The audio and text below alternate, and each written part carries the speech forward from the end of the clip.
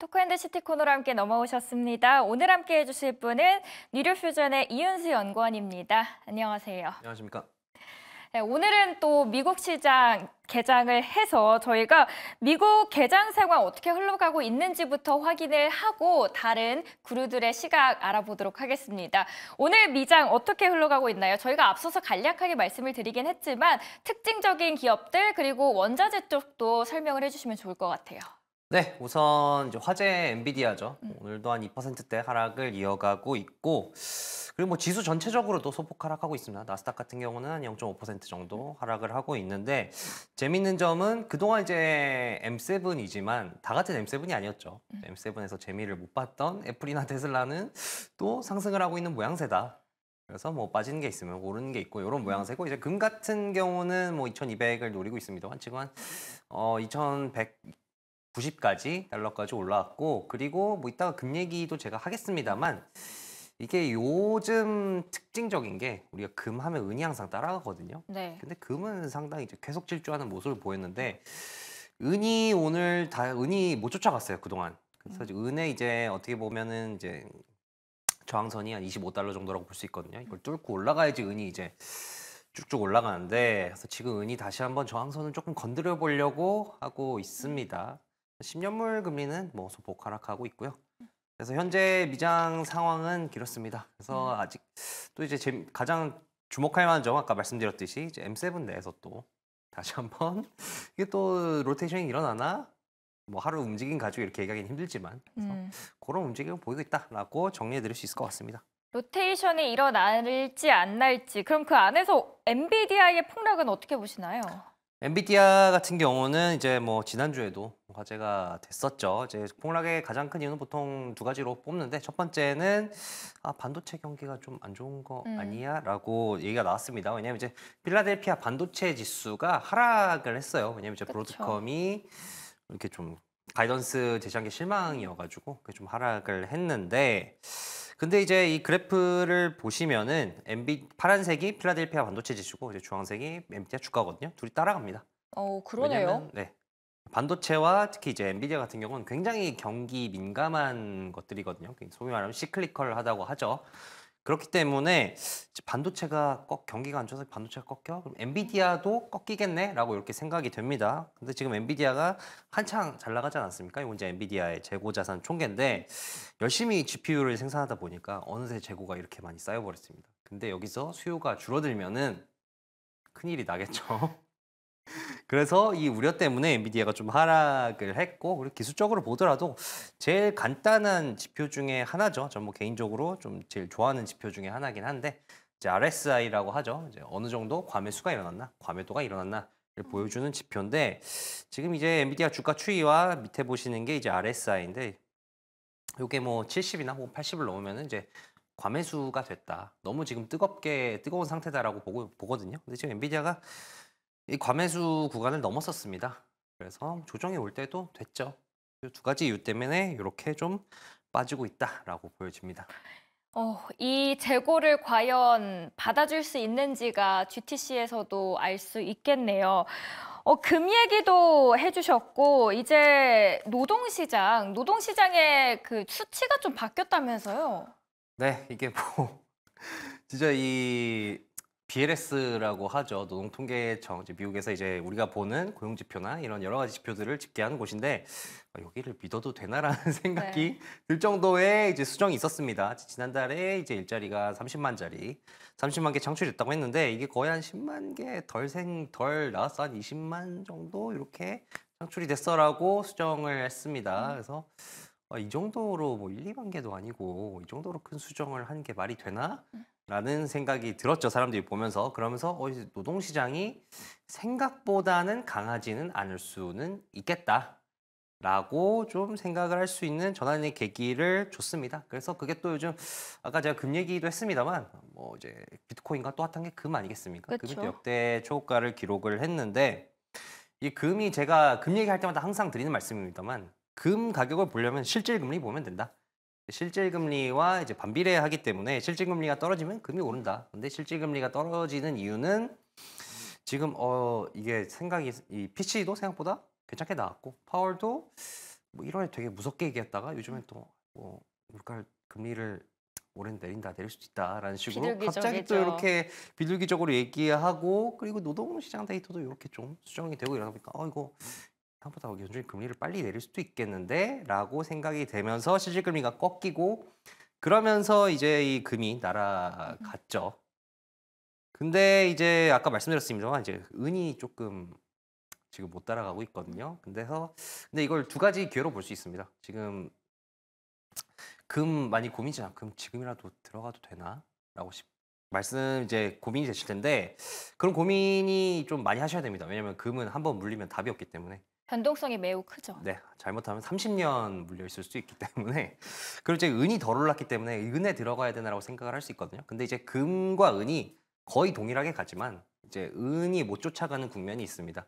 역사적으로 봤을 때는 이제 침체가 얕은 침체일 때는 둘의 상관관계가 깨졌거든요.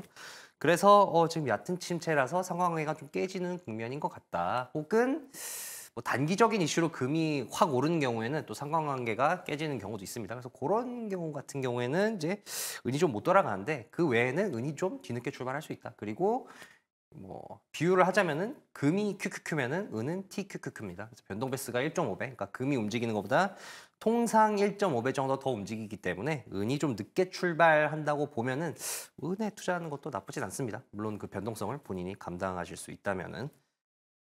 변동성 이야기를 해주셔서요. 또 하나 변동성이 큰 게 비트코인인데요. 비트코인 1억을 돌파했습니다. 드디어.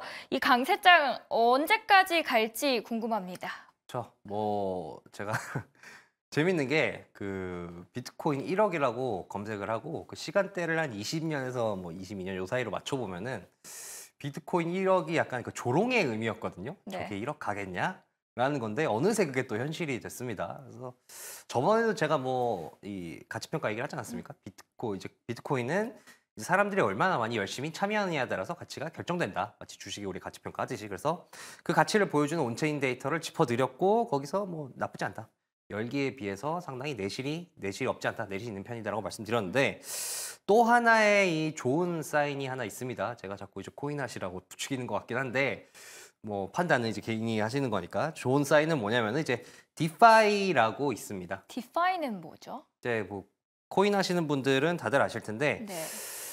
그 우리가 이제 그 중앙화된 거래소 코인에서는 그리고 탈중앙화 거래소라고 얘기를 하거든요. 그러니까 중앙화 거래소는 우리가 흔히들 주식할 때 하는 한국 거래소가 이 전부 다 이제 물량을 통제를 하지 않습니까? 그리고 뭐 코인에서는 뭐 소위 말하는 업비트, 빗썸이 중앙화 거래소죠. 왜냐하면은 어떤 코인을 상장시켜서 사고 팔지 뭐 업비트나 빗썸에서 결정을 하니까. 근데 탈중앙화 거래소는 이렇게 결정하는 주체가 없고 그냥 개인들이 다 모여서 거래를 하는 겁니다. 그러니까 탈중앙화가 돼 있다는 거죠. 근데 그렇게 되면은 예를 들어서 이제 모든 코인을 다 거래할 수 있습니다만 그러니까 저는 뭐 예를 들어서 A 코인이라는 걸 팔고 싶은데 사줄 사람이 있어야 될 거 아니에요. 그렇죠. 그래야지 거래가 될 거 아닙니까? 모든 코인 다 들어오는 건 좋은데. 근데 그런 거를 이제 사주고 소위 말해 시장을 조성해 주는 사람이 있습니다. 우리가 뭐 주식에서는 이게 유동성을 공급해 준다. 리퀴디티 프로바이더다. 마켓 메이커다라고 얘기를 하는데 그런 역할을 하는 사람들이 이제 이 디파이에도 있습니다. 유동성을 대줘 가지고 이제 디파이 거래소가 돌아가게 만드는 거죠. 근데 이제 그 사람들이 이렇게 내가 자기 코인을 이더리움이나 비트코인이나 뭐 이런 스테이블 코인을 대주는 대신 뭐 얻는 게 있어야 되지 않겠습니까? 이렇게 디프로바이딩 하는 대신 왜냐면은 내가 이거 유동성 대주려고 이더리움 이렇게 사고 있는데 이더리움 다음날 10% 떨어지면 안 되니까. 그래서 이제 이렇게 이 디파이 거래소에서는 이렇게 유동성을 제공해 주면은 이자 가치 보상을 같은 걸 줍니다. 가버넌스 코인이라고 토큰이라고 하는데 그거를 우리가 소위 말하는 이제 이 코인계 이자라고 보는 거거든요. 그래서 한마디로 우리가 은행에 돈 넣고 그 은행은 기업에 돈 빌려줘서 그 이자 받고 그럼 우리가 또 예금이자 이렇게 받지 않습니까? 그것처럼 이 디파이 거래소도 코인으로 한마디로 그냥 예금 넣고 이자 받는 거라고 생각하시면 됩니다. 근데 이게 뭐 굉장히 잘 나갈 때는 여기 이자율이 굉장히 높거든요. 뭐 20%, 뭐 거래소에 따라서 뭐 30% 되는 데도 있고. 근데 이 그래프가 뭐냐면은 이제 디파이에 총 들어간 돈이 얼마냐를 나타내는 겁니다.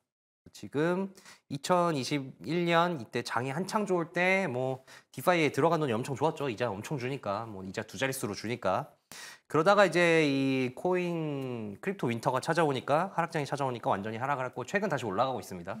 근데 이게 왜 제가 이 지리한 얘기를 앞서 드리냐면은 이 디파이 썸머라고 하거든요. 디파이가 사람들이 다시 화랑이 오르면은 보통 코인 강세장이 상당히 오래 갑니다. 어. 지금 디파이가 다시 올라가고 있지 않습니까? 지금 보시면 이자율도 22년에는 한 자릿수였다가 보통 지금 두 자릿수로 다시 올라왔거든요. 그렇기 때문에 이제 디파이가 화랑이 되면 이제 코인이 오래 간다는 신호다. 왜냐면은 코인을 그냥 단순히 거래해가지고 매매 차익만 내는 게 아니라 코인을 가지고 뭔가 대출을 해주고 뭔가 사업을 한마디로 하는 거잖아요. 그러니까 단순히 매매하는 거 외에 뭔가 사업하고 프로젝트를 하는 이제 코인을 가지고 뭔가를 하는 수요가 점점 많아진다는 뜻이니까 조금 더 장이 오래 갈 수 있다는 뜻이거든요. 그래서 이것도 이제 이 코인의 강세장이 좀 더 갈 수 있는데 갈 수 있는 사인 중에 하나다라고 말씀드릴 수 있겠습니다. 디파이라는 곳에서 저희가 비트코인의 강세장 그래도 좀 오래 갈 수 있겠다라는 힌트를 얻을 수 있었습니다. 그러면 비트코인은 알겠는데 또 하나가 있습니다. 이더리움. 보통 이더리움도 강하게 가는데 이번 시장은 비트코인의 주도세가 더 강하거든요. 이더리움은 언제쯤 그만큼의 강세가 나올 수 있을까요? 지금이 오히려 더 기회가 될 수도 있지 않아요? 네, 그래서 일단 그래프를 먼저 보시면 이게 비트코인과 이더리움의 가격 비율을 나타낸 겁니다. 이게 높으면 높을수록 이더리움에 대비해서 이제 비트코인이 조금 비싸고 낮으면 낮을수록 이제 이더리움이 조금 더 강하다는 건데 지금 보시면은 이게 2023년부터 계속해서 이 비율이 오르고 있습니다. 비트코인이 무섭게 오르다 보니까 이제 다시 비트코인 대비해서 이더리움이 조금 저조하고 있거든요. 근데 그 이유는 바로 뭐 제일 큰 거는 비트코인 현물 ETF 통과 이슈가 제일 크죠. 왜냐면 비트코인이 이제 ETF가 통과가 되면서 기관 자금이 들어오면서 뜨기 시작했기 때문에 ETF가 통과가 된 거고 이더리움은 뭐 아시는 분은 아시겠습니다만 이제 5월에 지금 통과되냐 마냐 요게 있습니다. 근데 지금 크립토 업계에서는 그렇게 긍정적으로 보고 있지는 않습니다. 좀 의구심 반반이죠. 그쵸. 과연 이거 SEC가 해줄까? 이 비트코인은 승인 나기 전에도 이거 100% 된다라고 다들 믿었거든요. 그렇죠. 근데 지금 이더리움은 살짝 안 믿고 있는데 그것 때문에 이게 지금 가격에 좀 반영이 된 것 같다라고 생각이 되고 근데 저는 뭐 개인적으로 뭐 이더리움 온체인 데이터만 보면은 나쁘지 않다. 한마디로 이제 이더리움의 네트워크 뭐 같이 평가를 해보면은 이더리움도 지금 이 펀더멘탈이 상당히 좋습니다. 좋아지고 있습니다. 비트코인보다 조금 더 늦게. 그리고 좀 재밌는 점은 제가 이제 이더리움이 지금 주춤주춤하는 이유 중에 하나가 이거 5월에 통과돼 안 돼? 요거라고 말씀드렸는데 이제 이 크립토 데이터 중에서 펀드 프리미엄이라는 게 있거든요. 이게 뭐냐면은 이제 ETF가 지금은 통과가 됐습니다만 ETF가 통과가 되기 전에는 어떤 특정 기관들이 코인을 막 사서 가지고 있어요. 근데 다른 사람들은 이제 코인을 전통 제도권 금융이 있는 사람들은 코인에 투자하고 싶은데 직접 사는 거는 위험하고 안 되니까 투자할 방법이 없을까 했을 때 니들이 코인 많이 가지고 있으니까 너희한테 투자하면 내가 간접적으로 코인을 투자하게 되는 거다라는 식으로 이제 투자를 했었거든요. 그런 역할을 하는 기관이 있는데 네. 그 기관이 이제 상품을 팔 거니까 우리가 이더리움 이렇게 많이 가지고 있으니까 우리 상품 사면은 이더리움에 간접 투자하는 거예요. 그럼 그 상품 가격과 이제 이더리움의 가격 차가 있습니다. 그러니까 그 상품 가격과 이더리움의 가격 차가 높으면은 이제 그 이더리움에 간접 투자할 수 있는 기회를 제공하는 기관들이 장사가 잘 된다는 뜻이죠. 잘 나간다는 뜻이고 이 차이가 적으면 적을수록 그 기관에 대한 투자의 수요가 적다는 뜻인데 지금 이더리움이나 비트코인 가격이 엄청 오르고 있습니다만 그 펀드 프리미엄은 지금 계속해서 횡보를 하고 있습니다. 그러니까 어떻게 보면은 펀드 프리미엄만 보면은 이거 뭐 이더리움 ETF 통과된다고 조금 긍정적으로 보는 거 아닌가 시장이 이렇게도 해석을 할 수 있을 것 같습니다. 네, 이더리움과 비트코인에 대한 시장 이야기까지 저희가 알아봤고요. 오늘은 어떤 그루를 소개를 해주실 건가요? 네, 제가 지금까지 주식 하시는 분들만 많이 소개를 드렸네. 가끔가다 그쵸. 이제 채권도 해드렸거든요. 근데 오늘은 이제 채권 왕이 뉴스 보시면 여러 명인데 원조 채권 왕입니다. 원조 누구시죠? 채권왕 빌 그로스의 얘기를 가져왔습니다. 오늘 소개해 주실 분은 원조 채권왕 빌 그로스인데요. 어떤 분이신가요? 네, 빌 그로스는 뭐 앞서 말씀드린 대로 원조 채권 왕입니다. 채권 핑코라는 채권 운용사를 창업을 해가지고 무려 운용 자산 1조 달러까지 키웠습니다. 와. 1,300조 정도 되죠, 하나로. 그래서 어마어마한 회사를 창업을 해서 키웠고 그리고 이제 현재는 은퇴를 했습니다. 이런 화려한 기록을 남겨서 원조 채권왕이라고 불리고 제가 이제 빌고르스 가레사대라고 해놨는데 이제 국내 어떤 채권 애널리스트 분이 이런 칼럼을 쓰셨더라고요. 빌고르스가 현역 때는 내가 자기가 어떤 주장을 하고 싶으면은 근거나 로직을 대는 게 아니라 빌고르스가 이렇게 말했어 라고 하면은 아무도 반박을 하지 못했다. 빌고르스가 이랬는데 하고 할 정도로 거의 뭐 채권계에서는 뭐 워렌 버핏 같은 위상을 자랑했던 분이다라고 말씀드리고 이게 좀 TMI인데 제가 이제 월가의 우영우라고 해놨는데 이분이 이제 아스퍼거 증후군이 있습니다. 우영우가 이제 좀 이 자폐증이 있는 대신에 좀 천재성이 발휘되지 않습니까? 이분도 이제 은퇴하고 나서 고백을 했습니다. 나도 이렇게 좀 자폐증이 있는 대신 천재성이 좀 발휘가 돼가지고 이게 일하는데 굉장히 많이 도움이 됐다. 그럼 지금은 은퇴하셨지만 현직이셨을 때는 그 누구도 반박하지 못했다라는 이야기가 정말 사실이었군요. 빌그로스가 근데 연준을 믿지 말라라는 이야기를 했잖아요. 그러니까 중립금리를 못 찾을 것 같다라는 이야기인데 그 이유가 결국은 이 노동시장이 너무 강해서인가요? 네, 노동시장도 너무 강하고 그다음에 이제 더 이상 뭐 세계가 디플레이션 환경이 아니라는 거죠. 중국도 이제 더 이상 값싸게 물건을 생산해주고 수출해주지 않고 뭐 탈세계가 되니까 이제 무역도 활발해지지 않고 여러모로 봐도 그리고 이제 부채도 너무 많이 쌓이고 있고 그래서 여러모로 봐도 다 인플레를 가리키고 있지 더 이상 디플레를 가리키고 있지 않다.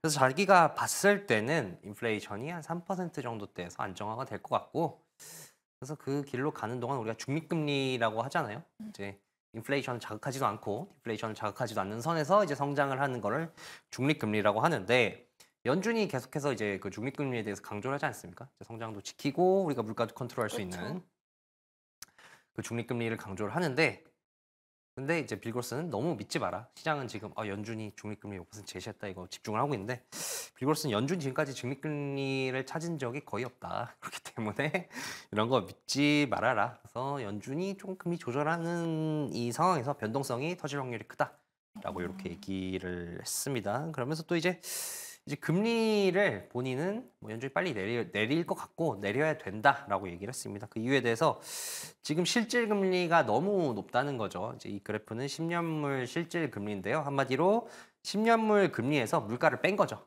네. 실질 개념으로 본 건데 지금 거의 한 1.8% 정도 되거든요. 근데 이게 빌고로스가 보기에는 10년물 금리 1.8% 너무 높다. 보통 1.8에서 2%대 금리가 유지가 되면은 뭐 어김없이 침체가 찾아올 수밖에 없다. 그래서 실질 금리를 1에서 1.5%대로 내려야 되기 때문에 빨리 금리를 내려야 된다. 근데 이제 금리를 내리는데 실질 금리가 높아서 이걸 낮추기 위해서 내려야지 이미 일이 터져나고 그래서 경기가 이미 침체가 되고 내리면은 그런 금리 인하는 이제 주식의 호재가 아닐 것이다라고 이렇게 얘기를 했습니다. 그러면서 이제 뭐 침체를 피하기 위해서는 뭐 명목 성장률보다 10년물 금리가 더 낮아야 된다라고 계속해서 강조를 했고요. 뭐 그리고 양적 긴축 역시도 멈춰야 된다. 지금 한 7조 달러, 연준 자산이 7조 달러 정도 있는데 거기서 좀 스테이해야 된다라고 얘기를 했습니다. 근데 전 너무 신기했던 게 원조 채권왕의 투자 방식입니다. 채권왕이면 보통 생각하기를 채권에 투자하겠다라고 통상 생각을 하게 되는데 채권보다 주식을 하라라고 하더라고요. 네, 이게 상당히 의외인데 채권왕인데 이렇게 얘기하더라고요. 난 요즘 채권보다 주식이 좋아. 네. 왜냐면 채권은 요즘 너무 변동성이 심해서 물론 이제 옵션으로 투자하긴 하는데 이거는 나 같은 좀 전문가들이나 하는 거고 개인들은 좀 하기 힘들다. 그래서 개인들은 채권보다는 주식을 하는 게 좋다. 그리고 채권도 이게 앞으로 미국 부채 이슈 이런 것 때문에 장기적으로 뭐 10년물 장기채가 우상향하고 이럴 것 같지 않기 때문에 지금은 주식이 훨씬 더 매력적이다. 이렇게 얘기했습니다.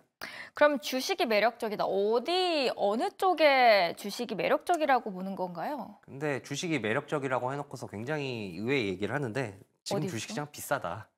실질 금리가 이렇게 높은데 주식 이게 말이 돼? 멀티플 이렇게 높은 게 말이 돼? 그러면서 M7은 말해 뭐해? 너무 비싸.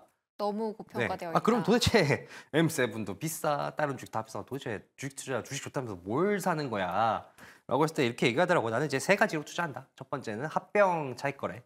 두 번째는 이제 고배당 수익률 주식. 그다음에 마지막은 미국의 저평가 가치주. 미국 외에 있는 이렇게 세 가지 투자한다고 얘기를 하더라고요. 그럼 첫 번째로는 합병 차익 거래라는 정의에 대해서 좀 설명 부탁드리고요. 그 안에서 구체적으로 어떻게를 보면 될까요? 네, 합병 차익 거래는 이제 영어로 merger arbitrage라고 하죠. 이게 뭐냐면은 예를 들어서 1조짜리 기업이 있습니다. 시가총액 1조짜리. 근데 요 기업이 다른 회사에 인수가 되는데 인수 가격이 1조 5천억인 거예요. 그러면은 지금 주가보다 50%더 비싼 가격에 인수를 하니까 내가 그 주식을 가지고 있으면 그 인수하는 회사가 내 주식을 50%더 비싼 가격에 사주겠죠. 물론 이제 디테일한 거 따지면 굉장히 많습니다만 단순하게 말씀드리자면은 그러니까 어떻게 보면은 상당히 리스크를 적게 가져가고 확실한 수익을 가져가는 건데 그러면은 모두 다 여기 투자를 할 거 아닙니까? 저 기업이 이렇게 투자한데 인수가 얼마에 투자한대? 지금 주가가 100원인데 인수가 150원에 투자한대. 그러면은 150원으로 바로 올라야 되는데 근데 시장의 모든 이들이 다 믿질 않는 겁니다. 근데 그럼 규제 뭐 하고 사정 안 좋아지면은 인수합병 틀어질 수도 있는데 요렇게 되니까 이제 이 인수 가격과 현재 주가 사이에 차이가 있는 건데 이제 그거를 노린 거죠. 아니야, 이건 인수가 돼. 시장이 잘못 보고 있는 거야. 미스매치가 있는 거야. 라고 해서 투자를 하는 방식을 합병 차익 거래라고 합니다. 그래서 대표적으로 두 가지 종목을 언급을 했는데 이제 뉴스타 에너지라고 있습니다. 뒤에 말씀드리겠지만 이제 MLP 회사라고 이제 파이프라인을 통해서 천연가스나 이런 에너지들을 송유해주는 회사인데 요 기업이 이제 써노코라고 이 정유 기업의 인수가 되기로 했습니다. 지금 시총이 뉴스타 에너지가 한 30억 달러인데 대략 한 75억 달러 정도의 인수가 되기로 했거든요. 그래서 여기 좀 기회가 있다라고 얘기를 했고 그리고 스플렁크라고 IT 회사입니다. 이제 뭐 데이터 분석해주는 기업인데 이 회사를 이제 시스코가 인수를 하기로 했습니다. 근데 아직 인수가 대비해서 주가가 조금 떨어집니다. 뭐 2분기 올해 2분기 3분기쯤에 이제 인수를 할 거라고 얘기를 하긴 하던데 그래서 뭐 이 기업들이 자기가 봤을 때 인수가 될 거기 때문에 그 인수가와 차이가 있는 만큼 내가 봤을 때는 이 수익률을 리스크 좀 덜 주고 먹을 수 있을 것 같다라고 이렇게 얘기를 했습니다. 그러면 배당주 투자는 어떻게 해야 되나요? 네, 한마디로 이제 이 배당주 우리가 볼 때 네. 주당 배당이 얼마냐도 중요하지만 이제 배당 수익률을 많이 보거든요. 그러니까 배당 수익률이 뭐냐면은 이제 이 주당 배당금을 주가로 나눈 겁니다. 그러니까 내가 한 주에 얼마 주고 샀는데 이게 배당금이 얼마 나오더라. 그럼 내가 얼마 투자하고 그 투자한 거에 몇 퍼센트 배당금을 받느냐라는 걸 알 수가 있는데 이제 아까 말씀드린 제가 MLP라고 말씀드렸는데 이게 이 마스터 리미티드 파트너스라고 파트너십 회사입니다. 파트너십으로 된 회사고 이게 보통은 이제 우리가 미드스트림이라고 하죠. 에너지를 이제 송전해주고 배송해주고 이런 산업을 미드스트림이라고 하는데 요 기업들이 주로 MLP 형태로 있거든요. 근데 요게 좋은 점이 세금을 안 물립니다. 기업이 아니라 파트너십 형태라서 기업단에서 법인세를 안 물기 때문에 세제 혜택이 있어서 배당을 높게 줄 수 있거든요. 그래서 대표적으로 ET라는 ETF가 있습니다. 에너지 트랜스퍼라는 ETF인데 에너지 트랜스퍼라는 건데 요게 이제 배당 수익률이 한 10% 정도 됩니다. 10에서 11%. 상당히 높은 배당 수익률이죠. 그래서 요것도 괜찮다라고 추천을 했고 그리고 은행주 역시도 괜찮다. 근데 은행주는 이제 PB가 낮은 것들 중에서 고르는 게 좋다. 왜냐면 PB가 낮다는 거는 앞으로도 주가가 상승할 여력이 있으니까 주가도 오르고 배당도 먹고 꼭 먹고 안 먹고 그래서 그렇게 좋다 하면서 CFG라고 티커입니다. 제가 말씀드리는 거는. 그래서 CFG도 추천을 했습니다. 그 외에 이제 알트리아라고 우리가 소위 이제 담배 말보로 있잖아요. 그거 만드는 회사인데 여기도 배당 수익률이 한 9% 정도 됩니다. 그래서 이런 숨은 알짜들이 많다. 그래서 배당 수익률 투자나 쏠쏠하게 하고 있다. 뭐 지금은 모르겠습니다만 예전 한 3, 4개월 전에는 내가 뭐 ET였나? 이쪽에 뭐 전 재산의 뭐 70%를 넣고 있다. 뭐 이렇게 얘기를 하기도 했습니다. 그럼 마지막으로 궁금해지는 거는 가치주입니다. 네, 가치주는 아까 이제 네. 미국 주식이 굉장히 비싸다고 얘기를 했잖아요. 그러니까 이제 미국 주식보다 그러면 싼 주식이 어디냐? 미국 밖에서 찾아야 된다. 근데 이게 이 미국에 대비해서 뭐 유럽 주식이라든지 이런 다른 주식들이 미국에 비해서 좀 수익률이 저조했거든요. 근데 이제 빌 그로스 같은 경우는 장기적으로 보면은 가치주기 때문에 언젠가는 좀 아웃퍼폼 할 거다라고 봤습니다. 그래서 이제 뭐 유럽을 얘기를 하더라고요. 그래서 유럽 주식 중에서 우리가 잘 아는 폭스바겐이나 BMW 같은 거 괜찮다. 이제 BMW나 폭스바겐은 P가 4에서 5거든요. 같은 자동차 회사인 뭐 포드라든지 뭐 테슬라 같은 거 P 생각해 보면 뭐 어마어마한 차이가 있죠. 그래서 이런 기업들도 괜찮다. 근데 다만 이제 이 수익을 볼 때까지는 조금 시간이 걸릴 수 있다라고 이렇게 얘기를 했습니다. 쭉 빌 그로스에 대한 이야기를 들어봤는데요. 이쯤 되면 연구원님의 개인적인 생각도 궁금해지거든요. 여기에 대한 생각 어떠신가요? 네, 빌 그로스가 저는 이런 투자를 방식을 얘기를 하는 게 놀랍지가 않습니다. 어떻게 보면 왜죠? 너무 당연하다고 생각됩니다. 어떤 이유에서요? 이 사람은 채권 왕이잖아요. 네. 은퇴한 재산이 어마어마하지 않겠습니까? 그러니까 이 사람은 뭐 우리가 텐베거라고 하는 그런 종목을 발굴할 필요가 없어요. 그러니까 리스크 좀 덜 지고 이 어마어마한 재산에서 두 자릿대 수익률만 리스크 덜 지고 먹어도 굉장히 성공한 투자거든요. 그리고 이분이 이제 나이가 상당히 있으신 분이기 때문에 현금 흐름도 계속해서 들어오는 걸 선호를 하고 그래서 시청자분들 중에서 아 나는 뭐 이제 자산이 좀 있어. 근데 리스크는 좀 지기 싫어. 우리 현금이 좀 뭐 매분기 이렇게 들어왔으면 좋겠어. 라는 분들은 이런 투자 방식을 따라해도 상당히 좋을 것 같다. 리스크는 좀 덜 지고 수익률은 좀 높게 가져가고. 근데 이제 뭐 마지막에서 이제 가치주 얘기를 하지 않았습니까? 네. 근데 가치주 같은 경우는 미국 이제 유럽 가치주가 사실 많은 사람들이 이 유럽 가치주 얘기를 했습니다. 그래서 이거 조금 주의하셔야 될 게 이 시장이 외면하는 데는 그 이유가 있습니다. 있다. 네. BMW나 폭스바겐 같은 경우는 지금 PE가 4에서 5인데 왜냐면은 이게 BMW나 폭스바겐의 이제 실적, 이익성, 순이익 성장률을 보면 상당히 낮은 편이거든요. 오히려 최근에는 역성장하기까지 했고 그래서 시장이 외면을 하는 거다. 그래서 그런 거는 염두에 두시고 좀 투자하실 필요가 있다라고 말씀드리고 싶습니다. 네, 오늘 빌 그로스에 대한 이야기와 비트코인 이더리움에 대한 가이던스까지 제시해 주셨습니다.